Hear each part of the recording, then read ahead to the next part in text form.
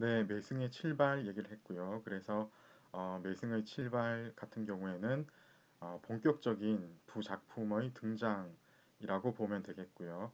어, 한부 작가 중에 이제 제일 유명한 사마상녀에 대해서 얘기를 해야 되겠습니다. 사마상녀는 매승보다 조금 뒤의 인물, 그러니까 매승이 이제 사마상녀보다는 동시기 사람인데 선배 세대에 속하는 사람이다 라고 보시면 되겠어요. 총나라 지방에서 출생을 합니다. 그리고 이 사마상녀는 매승이 양효왕의 궁정에 거기서 이제 일하면서 글을 짓고 있다는 거를 듣게 되어가지고 자기도 양효왕의 궁정에 찾아가가지고 거기서 일하면서 자어부를 창작하게 됩니다. 나중에 이 자어부의 명성이 중앙의 궁궐에 전해져가지고 한무제가 사마상녀를 불러서 중용하기에 이르릅니다. 이후에 대화체로 된 예, 자어부를 확대한 상림부를 창작하기에 이르게 됩니다. 우리 교재에서도 나와 있듯이 자어부는 특히 이제 초나라 운몽의 사냥터 묘사가 유명한 장면입니다. 반면에 이제 상림부는 요걸 포함하고도 있는데 특히 이제 초나라 운몽의 사냥터 묘사보다 더 규모가 큰 한나라 황제의 사냥터인 상림의 사냥터를 묘사를 하고 있습니다. 그래서 사이즈나 이런 데서 차이가 많이 나겠죠. 규모가 엄청납니다. 한 제국의 위대함을 칭송하기 위한 목적으로 쓰여졌다고 합니다. 여러분이 특히 이제 중요하게 아셔야 될 게 이 부작품은 도대체 문학적으로 어떠한 가치가 있는가라는 건데요. 문학적 가치를 얘기하기 전에 한무제 시기를 보면 중앙 집권을 강화하던 시기였습니다. 따라서 사마상녀의 이런 상림부를 통한 제국의 찬양은 이런 시대적 요구에 부응하는 문학 작품이었기 때문에 역사적으로 굉장히 중요한 어떤 위치를 차지하고 있었다. 이런 역사적인 사실은 변함이 없다라는 걸 알아주셔야 되겠어요. 실제로 여러분 자어상림부를 잘 보시면은 풍경의 매혹적인 아름다움 그리고 거기서 생산되는 물자에 대해서 아주 풍부하게 묘사를 합니다. 과장되고 과식의 표현은 당연히 어떤 테크닉으로서 즐겨 쓰는 그런 부분을 보실 수 있겠고요. 자, 이런 식으로 굉장히 길게 늘어 쓴 이유는 무엇인가 하면 정점에 이른 한나라 제국의 힘을 드러내고 그리고 낙관적이고 자신감에 찬 그런 정신적인 자세를 보여주고 있습니다. 어떻게 보면은 이런 거 모르고 그냥 상림부 작업을 읽으면은 어떻게 생각할 수 있을까요? 그냥 허세를 떤다 뭐 그런 식으로만 얘기하고 넘어갈 수 있을 정도거든요. 문학적으로 과연 이런 게 무슨 가치가 있는가라고 생각할 수 있는데 실제로는 중국이 처음으로 진나라에 의해서 통일이 되고 얼마 안 되어 가지고 다시 농민 반란이 일어나고 그러고 한나라가 다시 재통일을 하게 되면서 중국 역사에 가장 강력한 중앙 집권 체제로서의 어떤 절대 왕정이 성립되는 그런 시기를 맞아서 제국에 대한 찬양을 하는 그런 시가적인 어떤 표현이 등장하는 것은 역사적인 어떤 소명 중의 하나였다. 아주 자연스러운 현상이었다라고 보는 게 좋겠다. 이런 지금 현대 비평가들의 주장입니다. 자, 그리고 어, 이제 이 사마상녀 부의 특징, 이제 자어부나 상림부 이런 것들이 어떤 특징이 있는지 말씀을 드려야 될 것 같아요. 지금 보면 대인부를 먼저 소개를 드리고 자어 상림부와 대인부 이 사마상녀가 가지고 쓴 한부 스타일의 특징이 무엇인지 얘기를 드리도록 하겠습니다. 대인부는 자어 상림부 다음으로 유명한 사마상녀의 한부 작품인데요. 한무제를 주인공으로 했습니다. 그래서 초월적인 당시 이제 한무제가 모든 것을 다 가진 사람입니다. 돈이면 돈, 사람이면 사람, 동물이면 동물, 안 가진 게 없습니다. 그렇죠. 그러다 보니까 이 사람이 이제 자기가 가지고 있는 그 모든 물자들을 평생 누리려고 하는 그런 망상에 빠지게 됩니다. 초월적인 존재가 되려고 하였던 거지요. 역사적인 사실입니다.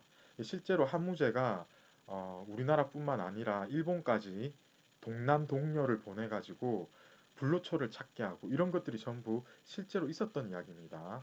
그리고 한무제는 어, 무슨 어디서 온 도사, 어디에서 나타난 방사 이런 사람들한테 완전히 쓸데없는 뭐 택도 안 되는 그런 방술 같은데 헛돈을 낭비하기도 하고 그러거든요. 주위에서 한무제를 말리려고 엄청나게 애를 썼지만 다 허사였습니다. 그런데 대인부는 사마상녀의 대인부는 이런 한무제를 말리려고 창작한 작품이라고 합니다. 그래서 신선들의 세계를 소개하면서 대제국의 주인인 한무제가 이 신선들의 세계, 한무제는 지금 초월적인 존재인 신선이 되려고 하죠. 이 신선들의 세계도 사실은 한무제의 어떤 예, 영역 안에 들어있는 그런 다른 세계에 불과하다. 한무제가 사실은 더 우월한 힘을 가졌다라고 대인부에서 이론을 전개하고 있습니다. 유협의 문심조론 같은 경우에는 이런 식으로 한무제를 위로하는 것 같은 그래서 이 작품을 회유적인 어떤 그런 파워를 지니고 있는 것으로 평가를 하였습니다. 하지만 왕충 같은 사람은 이 대인부가 오히려 한무제가 신선이 되려는 열망을 더 자극했다라고 안 좋게 평가를 했다고 합니다. 그러니까 이게 지금 부작품 같은 경우에는 대부분 주제에 대해서 아주 과장되게 90% 주저리 이렇게 묘사를 한 뒤 끝에 기껏해야 길어야 10% 어떤 경우 대부분은 5% 미만 윤리적인 교훈적인 훈계를 이렇게 딱 제시를 하고 끝내거든요. 그래서 이 부의 구성상 특징이 이러한데 대인부도 마찬가지입니다. 왕충이 얘기했듯이 지금 한무제는 이 신선에 대한 90%의 묘사 여기에만 집중을 하게 된 거다라고 왕충은 얘기를 합니다. 끝에 이런 게 목적으로 사실 살짝 나오긴 하지만은 결과적으로 한무제는 여기에만 더 몰두를 하게 되었다. 그래서 오히려 이 그 단점이 더 부각된 작품이 아니냐. 그래서 대인부를 그렇게 좋지 않게 평가를 했다고 합니다. 자, 여기서 이제 좌우상인부와 대인부의 특징을 먼저 보자면요. 정교하고 과장된 표현이 이전 한부 작품에 비해서 거의 완성도에 이르는 작품이 좌우상인부 대인부다라고 보시면 되겠어요. 그리고 제가 대인부 설명할 때 잠깐 말씀을 드렸듯이 부가 전체적으로는 과장된 묘사 위주로 계속 진행이 되고 제일 끝에 끝날 때는 윤리적인 교훈적인 그런 훈계를 조금 가한 상태에서 끝납니다. 여기서 음, 어, 이제 한부 작가들은 생각을 하기 나름인데 한부 작가들은 이렇게 막 요란하게 전개하다가 갑자기 끝에 가서는 약간 이렇게 설리적인 이런 느낌으로 가게 되거든요. 그런데 이제 이걸 덧붙였기 때문에 한부 작가들의 대부분이 어떻게 생각을 하냐면은 자기가 이렇게 쭉 문학적인 테크닉을 많이 발휘했지만 자기의 목적은 끝에 나오는 결국 여기에 있었다라고 생각을 하는데 문제는 한무제가 보여줬듯이 이 끝에 나온 것보다는 이 정치 지도자들은 특히 앞에 이렇게 환상적인 어떤 이 과장된 묘사 여기에만 너무 몰두하게 되는 경향이 있었다라는 것을 여러분이 아셔야 되겠어요. 그래서 나중에 어, 한데 특히 이제 동안 마일협에 가게 되면은 한부의 작가들이 자기가 이제 한부 작가로서의 어떤 정체성에 대해서 괴리감을 느끼고 자괴감에 빠지게 되는 이런 경향이 있습니다. 왜냐하면 자기의 목적은 여기에 있었는데 이건 전혀 안 먹히고 오히려 이제 칭찬을 늘어놓기로는 너네 여기 정말 이런 어, 뭐지 문장의 테크닉이 뛰어나서 그게 정말 마음에 들었다. 이런 칭찬이 돌아오게 되니까 원래 자기의 의도와는 다르게 한부가 읽혀졌을 가능성이 너무나 많다. 이런 거에 대해서 한부 작가들이 많이 후대로 갈수록 실망을 하게 되었다라는 그런 현대 비평가들의 연구 결과가 소개되고 있는 것을 여러분들이 좀 아셔야 될 것 같습니다. 자, 그리고 왕포의 통서부가 중요하다고 우리 교재에서 계속 소개가 되고 있죠. 제가 이제 방금 이제 소개드렸던 그 데이빗 크네티 선생님의 저자에도 거의 똑같은 내용이 실려 있었습니다. 그래서 이 부분은 생략하고 양웅으로 넘어가겠습니다. 그래서 양웅도 굉장히 중요한 한부 작가인데요. 한부 작가 세 사람 얘기하면 누구누구를 들어야 되냐면은 사마상려, 양웅, 그리고 방고 혹은 장형입니다. 방고, 장형은 비슷하게 중요한 인물이에요. 4대 작가 하면 그 네 사람을 들어야 되겠고 3대 작가 하면은 사마상려, 양웅, 그리고 사람에 따라서 방고를 넣기도 하고 그리고 장형을 넣기도 하겠습니다.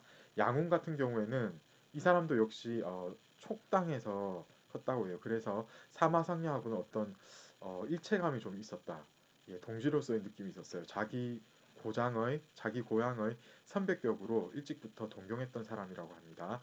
그래서 양웅의 가장 유명한 부작품 감천부를 보면 이것은 사마상영의 대부 작품, 예, 자어상인부 그리고 대인부를 모방해서 쓴 스타일의 작품이 감천부다. 이 감천부는 내용이 어떤 것인가 하면 황제가 감천이라는 곳에 가서 천지신명한테 제사를 지내는 그러니까 황제의 제례 의식 예 그런 의식을 다루는 그런 건데 굉장히 이것도 화려하게 그렇게 묘사를 하고 있는 것을 여러분들께서 만약에 읽어보신다면 이 작품을 한국어 텍스트로라도 읽어보신다면 그런 부분들을 발견하실 수 있을 것입니다. 양훈 같은 경우에는 제가 조금 전에 말씀드렸듯이 말년에 특히 이런 식으로 화려하게 쓰는 대부 스타일의 작품을 부정적으로 평가합니다. 어떻게 자기 작품을 비하하는가 하면 예, 조 이게 무슨 글자입니까? 조충정각이라고 해서 벌레 조각하는 것 같은 그런 사소한 솜씨에 불과하다라고 깎아 내룹니다. 스스로를 이렇게 비난을 합니다. 왜냐하면 부라는 작품 자체가 90%의 황제들이 이렇게 집중을 하다 보니까 끝에 10% 나오는 그런 궤도적인 거는 전혀 황제들이 말을 안 들어서 효과적이지도 못하다라는 이런 자각에 이르게 된다는 것입니다. 이 이후로 따라서 양웅은 이런 감천부 스타일의 대부 작품을 버리고 해조나 축빈부 이전 시간에 말씀을 드렸었죠. 이렇게 과장이 많이 사라지고 작가 스스로의 어떤 담백한 사상을 반영하는 이런 부작품을 많이 창작했다고 합니다. 자 그리고 이 이후로 이제 한나라가 서안에서 동안으로 넘어가는 전기가 생깁니다. 왕망이 난을 일으키게 되는데요. 흉노족의 침입도 같이 일어나게 됩니다. 그래서 한나라가 왕망의 난을 기준으로 해서 전한과 후한, 그러니까 한나라를 이전의 한나라와 이후의 한나라 이렇게 두 개로 나누든가 아니면은 어, 도읍지가 서쪽의 장안에 있었든가 아니면은 예, 동쪽의 낙양에 있었던가에 따라서 서한, 동한 이렇게 나누어지게 됩니다. 그래서 전한이나 서한은 같은 말이고 후한이나 동한은 같은 말이 되겠습니다. 이렇게 왕망의 난을 즈음해서 한부 작품에도 약간 전환기가 마련이 됩니다. 그래서 그 배경을 먼저 보자면요.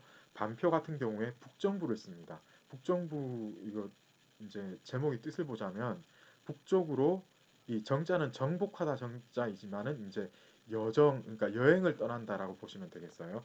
북쪽으로 여행 가서 그 여정을 쓴 부작품이다라고 하시면 되겠는데요. 왕망의 난을 전후해가지고 전국이 혼란에 빠집니다. 외효라는 사람이 감숙성 천수에서 지방군벌로 성장하고 있었는데요. 반표가 외효가 있는 이 감숙성으로 몸을 피신해 가면서 그 여정을 묘사한 부작품인데 특히 서정과 서경과 서사가 아주 적절하게 조화가 잘 되어 있는 작품이고 이 작품하고 이전에 말씀드렸던 통서부나 그리고 귀전부 같은 거 이런 작품들이 나중에 예, 어, 후대의 부작품인 개인의 서정을 노래하는 짧은 편폭의 부 그리고 영물부에 크게 영향을 미치는 그 작품 중에 하나가 이제 반표의 북정부인데 이게 전환기에 등장했다라는 것을 여러분이 아셔야 되겠고요. 그리고 이 북정부를 쓰기 전에 사실 반표는 왕명론이라는 산문을 저술합니다. 우리가 다음 주에 산문에 대해서 좀 배워야 되겠는데 이 왕명론에 대해서는 안 다뤘더라고요. 사실 왕명론이 굉장히 중요한 저술입니다. 이 주된 내용이 뭐냐면은 천자의 자리는 이게 왕명 그러니까 이 왕자리는 천명으로서 이렇게 딱 정해졌다. 라는 논술인데요. 그래서 천자의 자리는 하늘이 낸 거라고 이 반표가 주장을 하면서 유시성, 그러니까 한고조 유방이었죠. 이 후손들이 계속 황제 보위를 이어가야 한다는 당위성을 주장합니다. 그래서 왕망이 지금 자기가 황제가 되려고 이렇게 난을 일으켰죠. 거기에 대해서 반대되는 의견을 제시를 하는데 이렇게 왕망의 난으로 정세가 어지러운 와중에서도 이제 이 반표는 약간 뭐라고 해야 될까 성견지명이 있었던 것 같습니다. 이 왕명론을 저술함으로 인해 가지고 후대에 유시성을 가진 후손이 후환을 계속해서 이어가게 되니까 예전에 이 왕명론이라는 이 저술을 쓴 이 반표라는 사람이 학식이 뛰어나고 그리고 성견지명이 있었다 해가지고 굉장히 중용하게 되고 그 후손들이 후한해서 어, 한마디로 말해서 벼락출세를 하게 됩니다. 그래서 여러분 보시면은 이 반표 같은 경우에 이렇게 성견지명이 있음으로 인해 가지고 한 가족을 어떻게 가장 중요한 어떤 당대 엘리트 패밀리로 이렇게 올려놓을 수 있었던지에 대해서 여러분들께서 한번 생각해 보시면은 시사하는 바가 크지 않을까라는 생각을 저는 하고 있습니다. 여기서 잠시 쉬어가겠습니다.